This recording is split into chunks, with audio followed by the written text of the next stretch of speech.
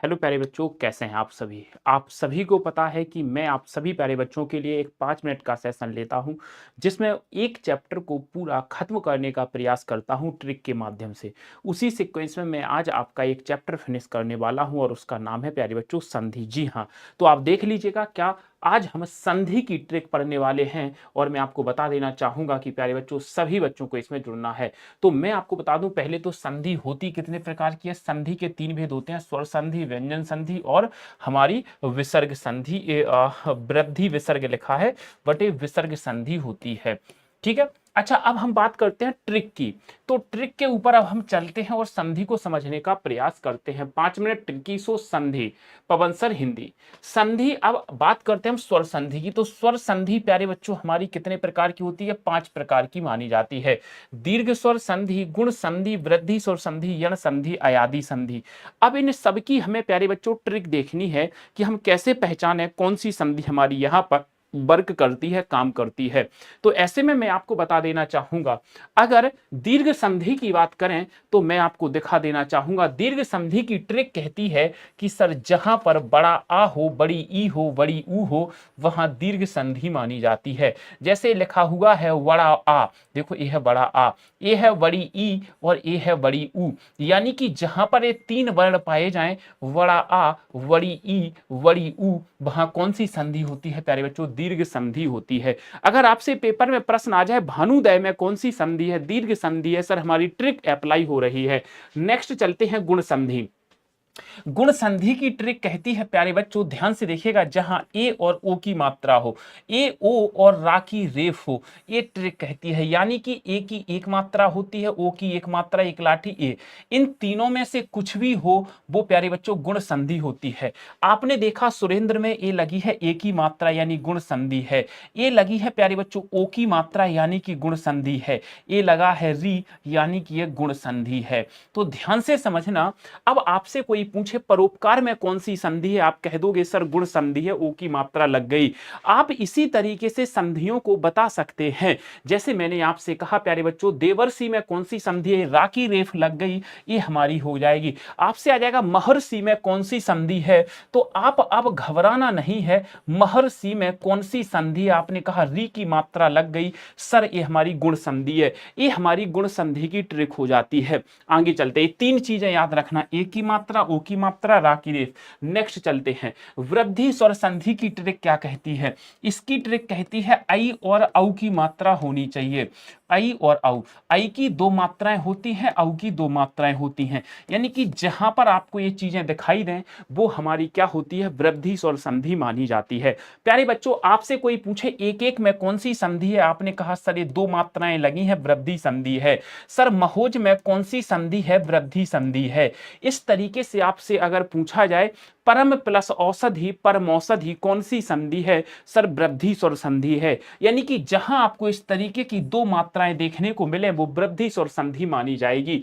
आगे चलते हैं, सर यण संधि की ट्रिक क्या कहती है? तो इसकी ट्रिक लिखना, यह मेरा लवर नहीं है। सर लवर नहीं है तो क्या है? हम इससे प्यार नहीं करते, यह हमारा यवर है। यानी कि सर इसका अर्थ क्या है? यवर है। कुल मिला के आपको देखना है या, वा, रा, इन तीनों के पहले अगर आधा वर्ण है, ध्यान से समझना, इन तीनों के पहले अगर आधा वर्ण है तो वो हमारी दीर्घ संधि मानी जाती है। कौन सी? दीर्घ संधि नहीं, वो हमारी कौन सी मानी जाती है? यण संधि मानी जाती है।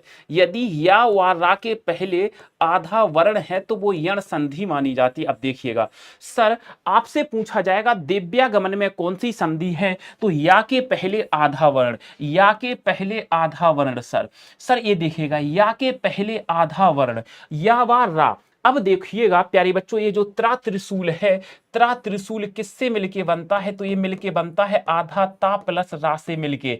सर ये है बड़ा त्रा, तो ये किससे मिलके बनता है? आधा ता प्लस बड़ा रा से मिलके। तो आधा ता है ना, रा के पहले आधा वर्ण, तो ये रा के पहले आधा वर्ण है ये ता, ये मिलके बना है प्यारे बच्चों आधा ता प्लस रा से मिलके, तो ये है रा के पहले आधा वर्ण।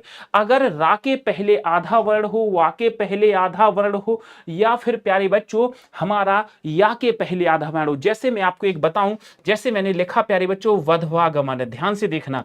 अब आपसे पूछा जाएगा वधवागमन में कौन सी संधि है, तो प्यारे बच्चों आप यहां पर देखिएगा वा के पहले आधा वर्ण है, तो यहां पर यण संधि मानी जाती है। इस हिसाब से आप ये ट्रिक लगा सकते हैं और इसकी ट्रिक कहती है या वा रा। नेक्स्ट चलते हैं और पांचवे को समझते हैं अयादी संधि। अयादी संधि की ट्रिक कहती है प्यारे बच्चों ऐ आए आओ आओ, जहां पर ये पांचों वर्ण में चारों वर्णों में से कुछ भी मिल जाए वो हमारी अयादी संधि मानी जाती है प्यारे बच्चों। इसकी ट्रिक क्या कहती है, ध्यान से देखना। जैसे आपने लिखा नयन, मैंने यहां पर लिखा नयन, आप इसको पढ़ो फिर से, आप इसको पढ़ो नयन। जैसे मैंने लिखा यहां पावन, पवन नहीं लिखा पावन, तो आप नए को पढ़ो तो आपको आएगा नए, आए आए नए आए। तो आपने देखा सर यहां पर अय का प्रोनाउंसिएशन हो रहा है, और जहां पर अय पाया जाए वो क्या होती है, जहां पर अय पाया जाए अयादी संधि। सर पढ़ो पावन, पाओ, आओ आओ, तो आपने कहा सर यहां पर आओ का प्रोनाउंसिएशन हो रहा है, अयादी संधि। सर मैंने लिखा पवन, पवन में पाओ, आओ आओ, यहां पर आओ का प्रोनाउंसिएशन हो रहा है। यानी जहां पर इन शब्दों का प्रोनाउंसिएशन हो, गाय आए आए, यहां पर आए का प्रोनाउंसिएशन हो रहा है, तो इस हिसाब से आप साओ आओ आओ साओ, यहां पर आओ का प्रोनाउंसिएशन हो रहा है। यानी कि जहां पर ये वर्ण दिखाई दे, जैसे हम नयन को तोड़ भी सकते हैं, आधा ना प्लस छोटा आ प्लस या में छोटा आ लगा है और इसके बाद ना, तो ये आय बन गया। ये कौन सी संधि है, अयादी संधि। तो ये हमारी संधि के कॉन्सेप्ट हो जाते हैं प्यारे बच्चों। यहां मैं फिर दोहरा देता हूं, दीर्घ संधि में बड़ा आ पाया जाता है, बड़ी ई पाई जाती है और ऊ पाई जाती है बड़ी। सर गुण संधि में ए की मात्रा ओ की मात्रा रा की रेफ, वृद्धि संधि में ऐ की मात्रा और औ की मात्रा, यण संधि में सर यवर या व रा के पहले आधा वर्ण पाया जाता है। अयादी संधि में सर क्या पाया जाता है, आय पाया जाता है, आय पाया जाता है, और सर दो और होते हैं, एक औ होता है और एक आओ होता है। ये हमारी संधि की ट्रिक होती है। अब आपसे किसी भी तरीके से प्रश्न पूछे जाएं, ये मैंने पांचों संधि की ट्रिक बता दी है प्यारे बच्चों। किसी वीडियो में मैं आपको व्यंजन और स्वर व्यंजन और विसर्ग संधि की ट्रिक बता दूंगा। तो आज के सेशन को यहीं तक रखते हैं। कैसा लगा ये सेशन जानकर के अवश्य बताना, और इन प्रश्नों की प्रैक्टिस जरूर करना, आपकी ट्रिक रिवाइज हो जाएंगी और सब कुछ आपको बिल्कुल मौखिक रूप से याद हो जाएगा। तो धन्यवाद, bye bye and take care. मिलते हैं नेक्स्ट वीडियो में एक नेक्स्ट ट्रिकी वीडियो के साथ। धन्यवाद।